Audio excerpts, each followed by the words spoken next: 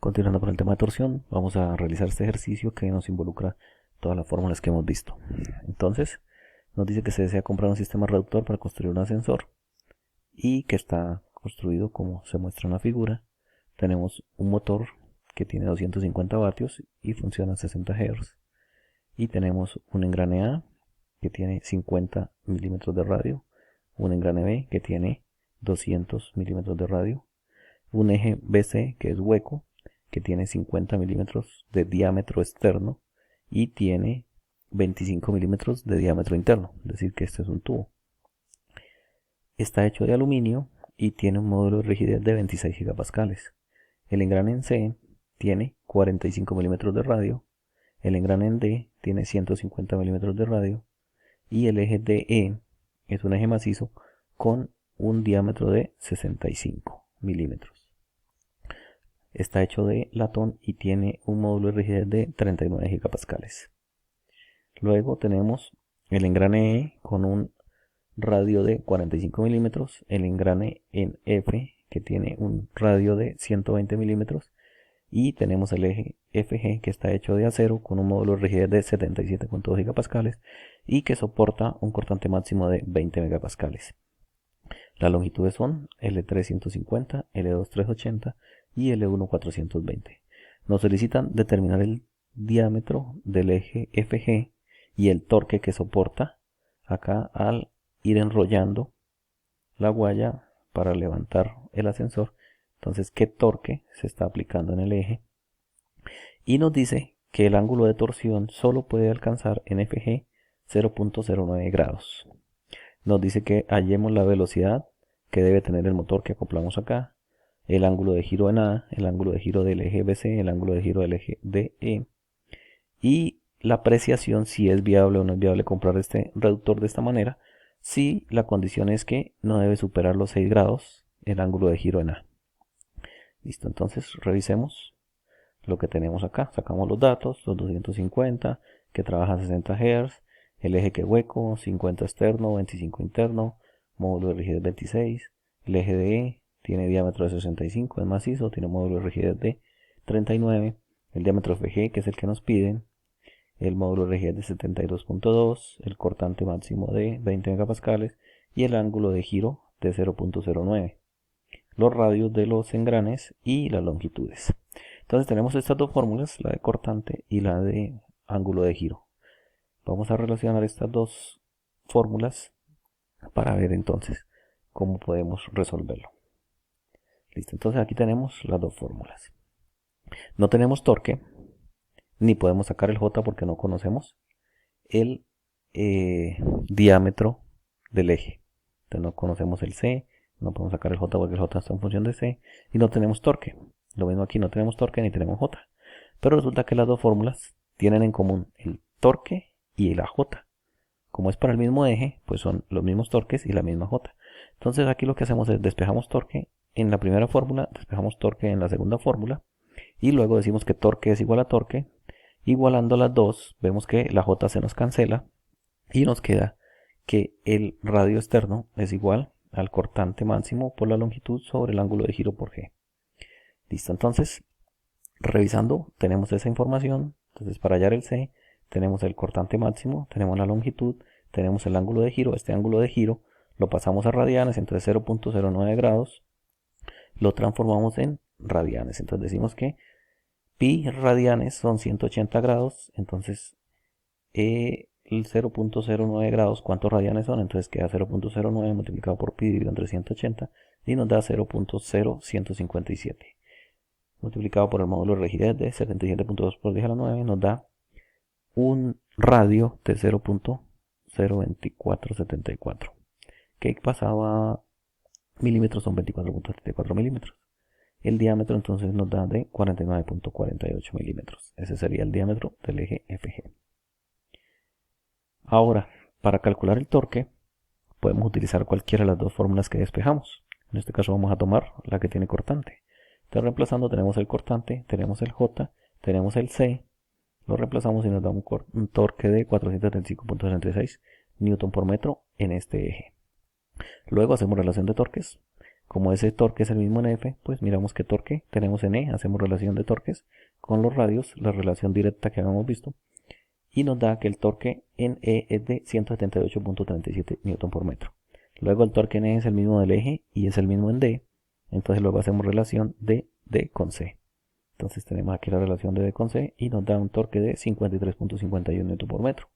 Ese torque en C es el mismo torque del eje y es el mismo torque en B, entonces hacemos relación de B con A. Y al hacer la relación de B con A, obtenemos que el torque en A es de 13.38, que es el mismo del motor. Entonces ese sería el torque que tiene nuestro motor, 13.38 Newton por metro.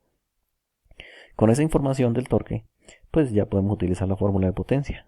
Entonces nos dan la potencia, ya tenemos el torque, vamos a despejar la frecuencia.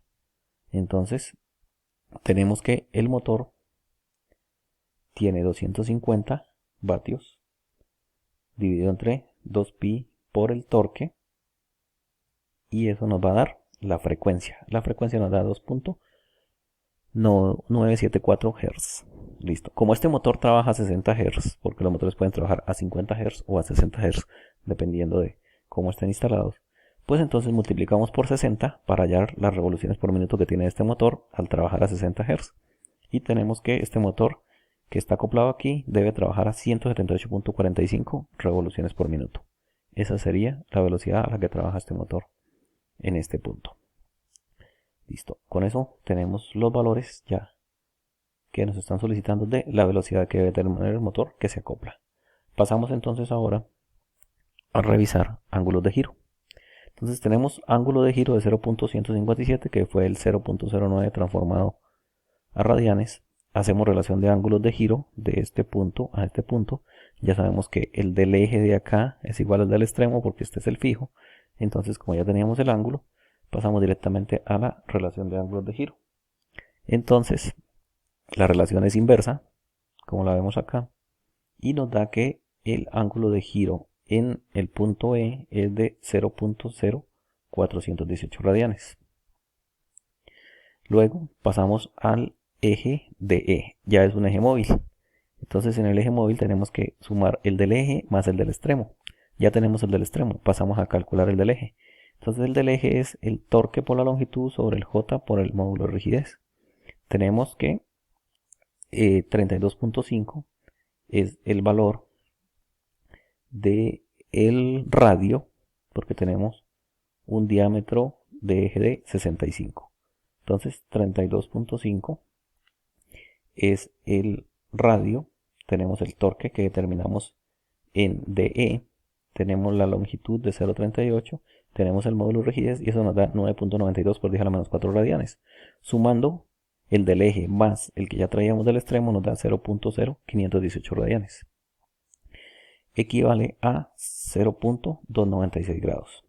Luego, haciendo relación de ángulos de giro, pasamos de D a C.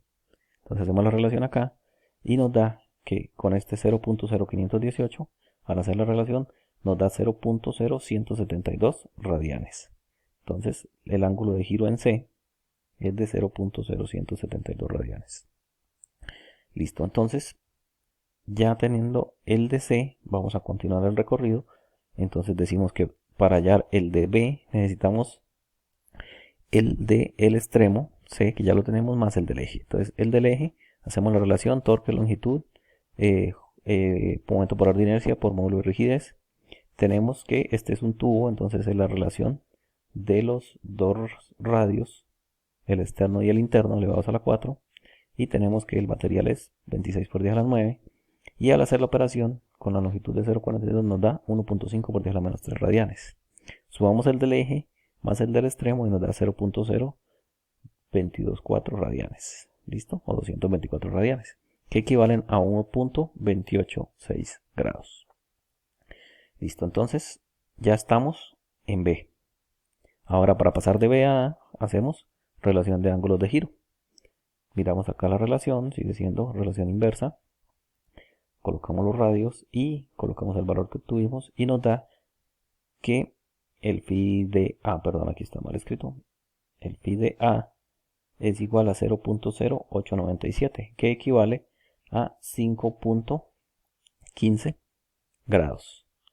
Listo, entonces lo que nos decía era, el motor no debe superar los 6 grados. Entonces estamos aquí en el punto A, que es el que va acoplado con el eje del motor, ¿sí? Como no tenemos longitud del motor, pues entonces asumimos que el phi de A va a ser el phi del motor. Entonces, en este caso, simplemente tomamos la decisión con el phi de A. Si tenemos la longitud de acá, pues calculamos el del eje, se lo sumamos. Y si no supera los 6 grados, pues entonces ya no cumpliría. Pero como estamos en 5.15 y generalmente los ejes de los motores son de acero, no va a ser un ángulo de giro muy grande en el eje, entonces no nos va a superar. Entonces sí es viable trabajar con este reductor y poderlo instalar de la manera como está, porque cumple con la condición que tenemos. Listo, entonces ya con esto tenemos solucionado el problema. Recordar que aquí es phi de A, aquí se me fue mal, es el phi de A el que estamos despejando, pero igual este es el valor